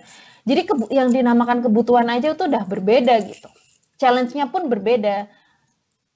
Lalu apakah kota disebut smart city apabila kebutuhan people sudah terpenuhi? I don't even know that smart city will be like really smart city at a particular time. Karena itu tadi kita akan beradapt, manusia akan tumbuh, manusia akan terus develop, manusia akan terus berkembang, challenge city akan berkembang. Dan apabila suatu kota itu kebutuhan sudah diterpenuhi, then another question, then another homework, how to increase the quality of life, maybe how to make the city smarter, how to make people smarter, how to increase the education, selalu ada challenge yang baru, gitu kalau menurut saya. Udah. Oke, that concludes our session. Galuh, thank you. Udah jadi sesi terlama gitu ya. Tapi ini hitung-hitung sekalian latihan inilah ya, sekalian latihan ujian lah ya. Berapa pertanyaan nih? Mungkin banyak banget ini, ada 10 ada lebih. Padahal tesis aku nggak tentang smart city. Well, no problem gitu kan. Oke, jadi terima kasih Galuh untuk waktunya. Sama-sama, terima kasih juga untuk pendengar. Aku mau ngomong. Oke, Galuh ada mau titip salam tadi, katanya mau titip salam. Iya, terima kasih semuanya untuk yang mau udah menyempatkan waktunya untuk mendengarkan aku. Asik. Maaf kalau banyak hal-hal yang kurang. Maaf bahwa memang literatur aku masih sempit. Yang aku memang masih harus terus membaca, harus terus mengikuti banyak sesi, harus melakukannya belajar lebih banyak. Tapi senang banget bisa sharing di sini. Semoga kita bisa mengubah mindset. Semoga kita sadar bahwa di luar sana, di luar Indonesia, kota itu bukan lagi yang kita lihat gitu. Kota itu udah jauh berkembang. Maka dari itu kita sebagai orang Indonesia, kita harus menyelamatkan kota kita harus berjuang demi kota kita, dan we will go there, we will arrive there soon. Gitu. Oke, mantap. Motivasinya cukup bagus ya di akhir-akhir ya. Oke, so apa namanya? Salam buat mama, dede, ayah. Curhat dong gitu kan. Oke, jadi terakhir saya mau mengingatkan nanti kita ada satu lagi webinar hari Sabtu. Itu saya lupa jam berapa ya, tapi ada di Milis LPDP, itu tentang human side of technology. Ini seru. Karena sekarang orang bicara tentang teknologi, sering bicara tentang startup, sering bicara tentang teknologi yang lagi emerging, baik wearables, VR, AR gitu ya. Tapi banyak orang lupa itu fungsinya apa sih? Apakah kita harus meng-acquire teknologi tersebut? Apakah teknologi tersebut benar-benar memberikan dampak positif bagi kehidupan orang banyak? Nah, ini kita akan bahas hari Sabtu nanti. Saya lupa jam berapa, tapi silakan buka di Milis. Nanti kalian bisa save kalendernya. Jangan lupa nanti klik linknya pada saat jam dan waktu yang ditentukan. Oke, terima kasih Galuh untuk waktunya. Selamat sore. Kembali beraktivitas ya. Selamat malam. Dadah.